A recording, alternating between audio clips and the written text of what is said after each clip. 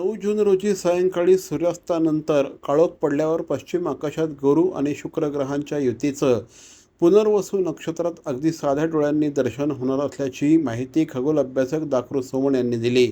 याविषयी अधिक माहिती देताना श्री सोमन यांनी सांगितलं की गुरु आणि शुक्रामध्ये 1.6 अंश अंतर दिसेल. शुक्र ग्रह वजा 3.9 प्रतीचा जास्त तेजस्वी दिसेल. गुरु ग्रह वजा 1.9 प्रतीचा दिसेल. शुक्र ग्रह सौंदर्याचा, प्रेमाचा समजला जातो, तर गुरु ग्रह ज्ञानाचा, उत्कर्षाचा समजला जातो.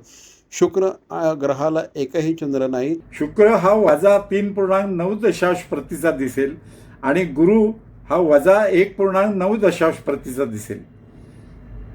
शुक्र आणि गुरु याच्यामध्ये फक्त 2 अंशाचं अंतर असणार आहे. इतकं सुंदर दृश्य आपल्याला पाहता येणार आहे. शुक्र ग्रहाला एकही चंद्र नाही, पण गुरु ग्रहाला 115 चंद्र आहेत.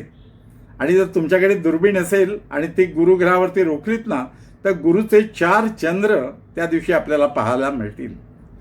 शुक्राचा पृष्ठभाग, सूर्याचा जो प्रकाश त्याच्यावर पडतो तो 76% प्रकाश परावर्तित करतो आणि गुरु हा 50% प्रकाश परावर्तित करतो.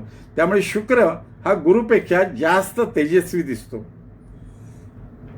गेल्या वर्षी 12 ऑगस्ट 2025ला गुरु शुक्र युतीचं दृश्य आपल्याला पाहायला मिळालं होतं. आता यानंतर 25 ऑगस्ट 2027 म्हणजे पुढच्या वर्षी गुरु शुक्राची भेट आपल्याला पाहता येणार आहे. आणि चंद्रसुद्धा यांच्याजवळ येणार आहे.